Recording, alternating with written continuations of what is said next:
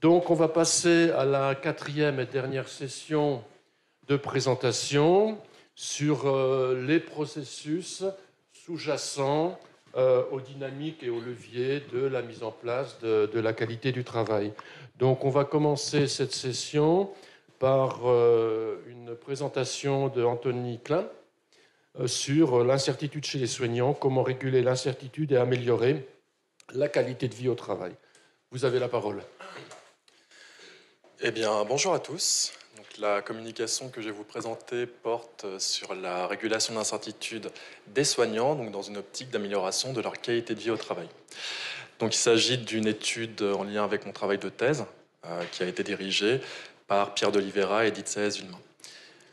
Donc, dans cette communication, on va essayer de comprendre quels mécanismes sont en jeu dans la régulation de l'incertitude et dans l'amélioration de la qualité de vie au travail. Et donc, il s'agirait de mécanismes en lien avec le leadership, en particulier le leadership participatif, dans le sens où, dans des premiers objectifs, on a essayé de comprendre quelle forme de leadership pouvait permettre de réguler l'incertitude. Déjà, on a essayé de comprendre que le leadership pouvait permettre de réguler l'incertitude, et ensuite, quelle forme pouvait permettre de réguler. C'était plutôt une forme participative que directive.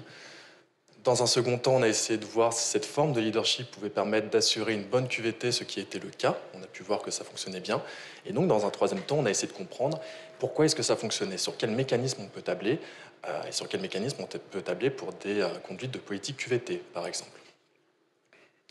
Alors déjà, l'incertitude, pour vous en parler, donc c'est un processus cognitif chaud, un hot cognitive process, comme on dit. Pas de problème. Donc un processus cognitif chaud dans le sens où c'est un processus qui va mêler perception et affect. En particulier des affects plutôt négatifs, c'est assez bien documenté en tout cas dans la littérature. Donc on parle par exemple d'anxiété, on va parler de stress, on va parler de colère qui va être liée à un sentiment d'injustice, ça peut être ce genre de choses. Voilà, il y a plusieurs sources d'incertitude également. On peut voir que l'incertitude va avoir certaines genèses liées à la probabilité, par exemple, à la complexité, à l'ambiguïté également. Donc l'ambiguïté, c'est la source sur laquelle on a tablé, l'ambiguïté de rôle en particulier. Donc il va être défini comme le manque d'informations pour pouvoir exécuter son propre rôle. Voilà, le manque de crédibilité d'informations, par exemple des informations contradictoires, etc. Et je dirais même que une définition plus personnelle, par exemple, que je pourrais donner de l'ambiguïté, ce serait tout ce qui ne tombe pas sous le coup d'une règle, tout ce qui ne tombe pas sous le coup d'une loi, tout ce qui ne tombe pas sous le coup d'un process qu'on pourrait respecter. Tout ça va générer de l'ambiguïté, généralement. Et donc, par rapport aux soignants, on peut voir que l'ambiguïté est au cœur de leur travail, que ce soit par rapport à la redéfinition de leur rôle. Donc, on peut voir que la médecine, le soin de manière générale, n'est plus vertical, il est plutôt collégial maintenant, il va être plutôt partagé. L'idée, c'est plutôt de faire adhérer le patient à ce qu'on lui propose, pas tellement de lui imposer quelque chose. Tout ce qui est de l'ordre des changements organisationnels également, tout ce qui est par exemple numérisation des services, tout ce qui est réforme de la tarification à l'acte, etc., vont générer de l'ambiguïté. Tout ce qui est par exemple, la crise Covid aussi va générer de l'ambiguïté. On s'en est tous rendu compte à notre échelle et chez les soignants également.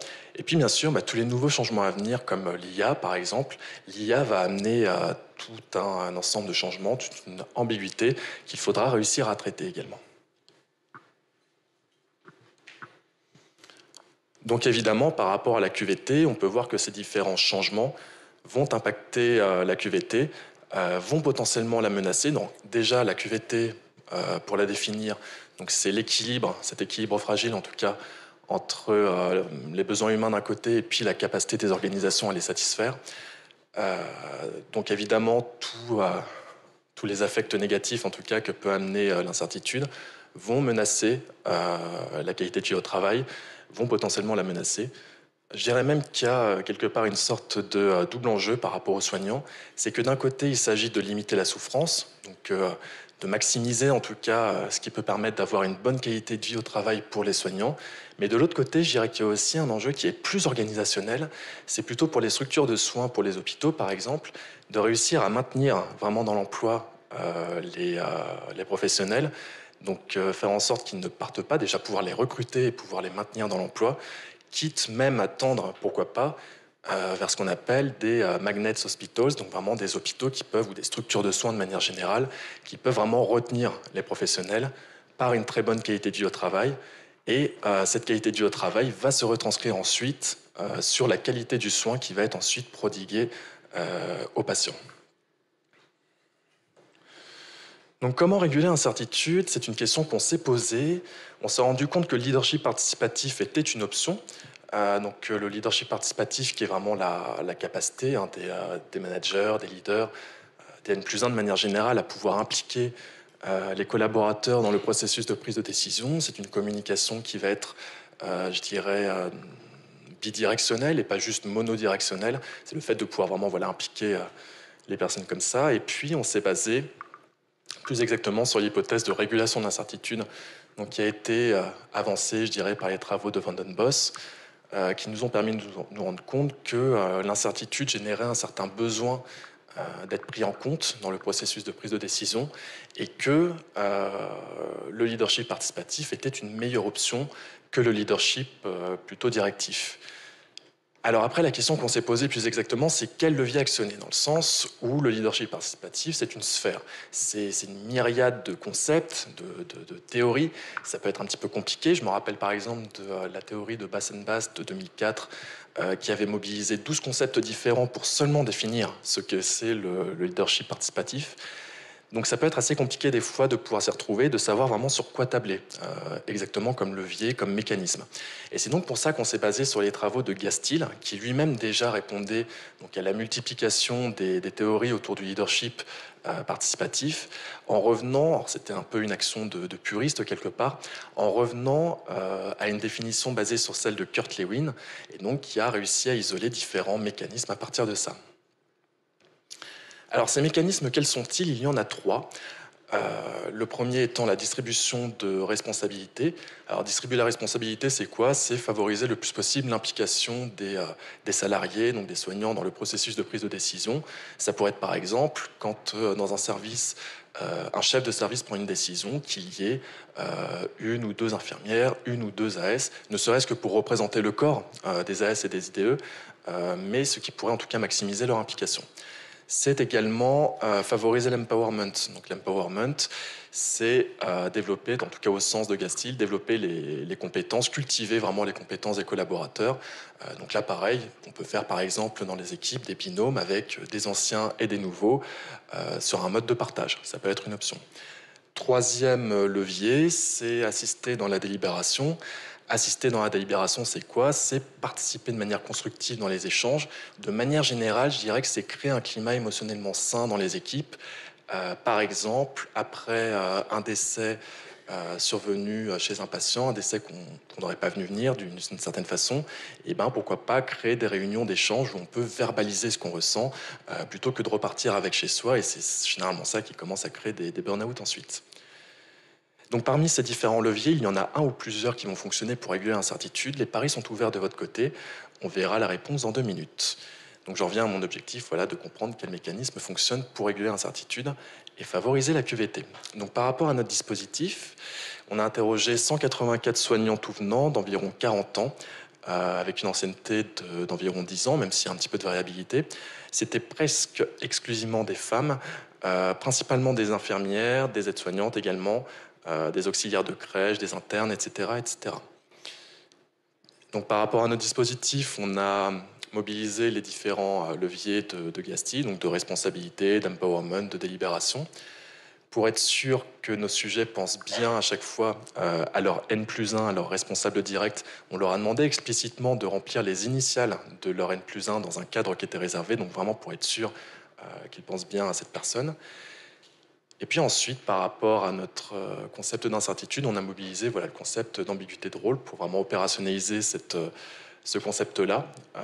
Et dans notre vision de la QVT, on a été assez inclusif d'une certaine façon.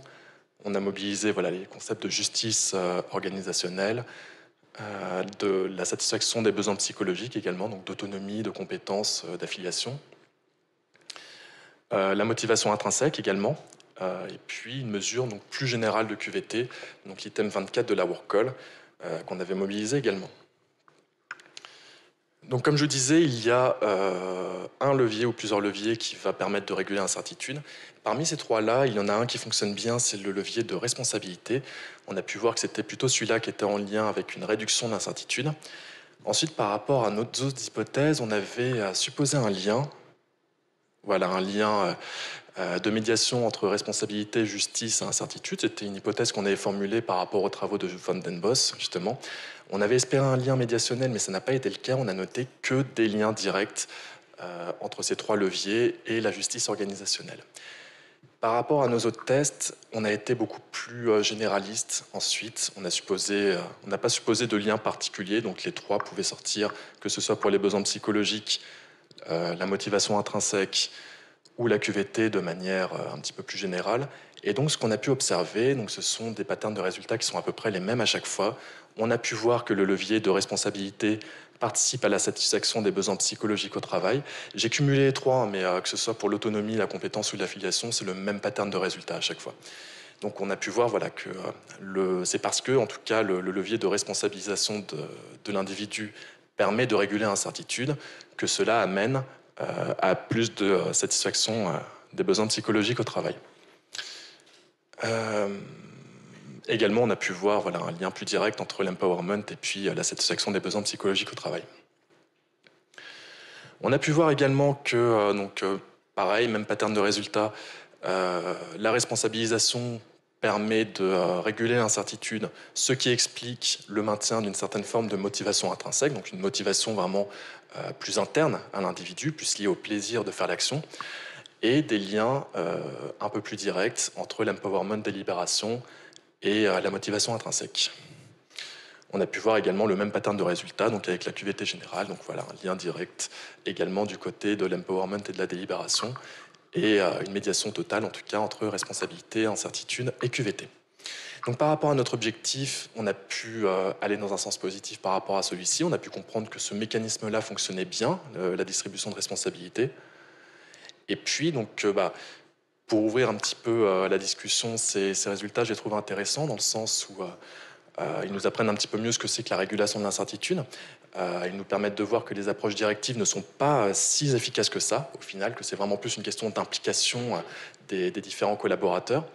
Ce que je trouve très intéressant aussi, c'est qu'on a pu vraiment resserrer la focale sur un levier, sur une dimension bien particulière, donc ce qui sera beaucoup plus utile, je dirais, pour la conduite des politiques QVT dans les différentes organisations. Ce sera plus simple de passer par là. Ce sera aussi une façon de voir que l'incertitude, sa régulation en tout cas, n'est pas juste une diminution du stress ou de l'anxiété, mais c'est plutôt des processus à mettre en amont, je dirais, à mettre en place en amont. Et puis les deux autres facteurs, je dirais que ce sont un petit peu au sens d'Herzberg, des facteurs d'hygiène, c'est-à-dire qu'ils contribuent à la QVT. Les retirer impacterait la QVT, mais ils ne contribuent pas à la régulation de l'incertitude en soi. Bon, Herzberg, c'était une théorie sur la motivation, bien évidemment.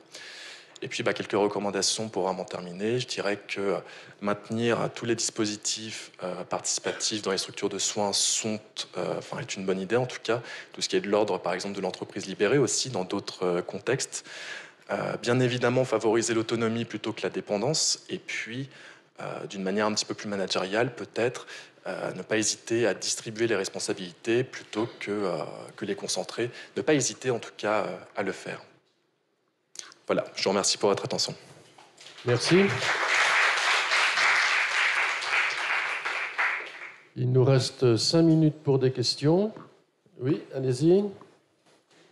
Le micro arrive. Bonjour, merci beaucoup pour votre présentation.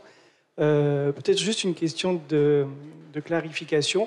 Je comprends que vous opérationnalisez l'incertitude par l'ambiguïté de rôle, mais je ne comprends pas tout à fait comment vous glissez de l'un à l'autre. Est-ce que vous pourriez expliquer pourquoi vous parlez d'ambiguïté de rôle et donc de lien avec l'incertitude ?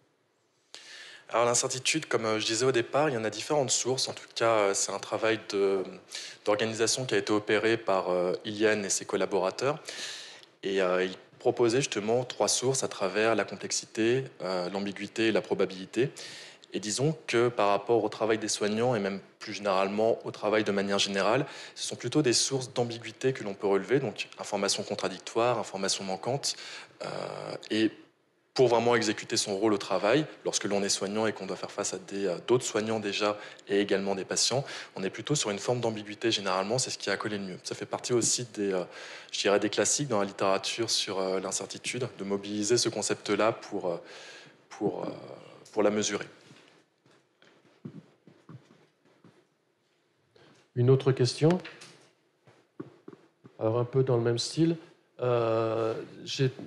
Quand vous parlez de responsabilité et de lien entre responsabilité et justice organisationnelle, est-ce que ce ne sont pas deux concepts qui se chevauchent? Parce que dans la responsabilité, il y a quand même, je pense, il est quand même question, je pense, de justice procédurale, en grande partie. Et dans la justice organisationnelle, on sait, dans les travaux de Van den Bos que tu as cités, la justice procédurale est quand même la plus importante en termes d'influence sur le bien-être, burn-out, etc. Donc voilà, est-ce que ce ne sont pas deux concepts qui sont tuilés? Et c'est pour ça qu'ils sont liés finalement dans les analyses que tu présentes. Disons que oui, ils sont liés, on s'attendait à vraiment un lien parce que ce sont ces liens-là que montre Van den Bos, en tout cas, en principe. En tout cas, dans des situations d'incertitude, de responsabiliser l'individu va justement abaisser les affects négatifs tels que la colère, dû au fait que l'individu va percevoir en tout cas plus de justice autour de lui. On s'attendait à retrouver ce lien via une médiation. Malheureusement, ça n'a pas été le cas. Mais en tout cas, bien sûr, il y a un lien assez fort entre les deux. Oui. Ok. D'autres questions? Oui? Non? Eh bien, merci. Anthony, pour cette présentation.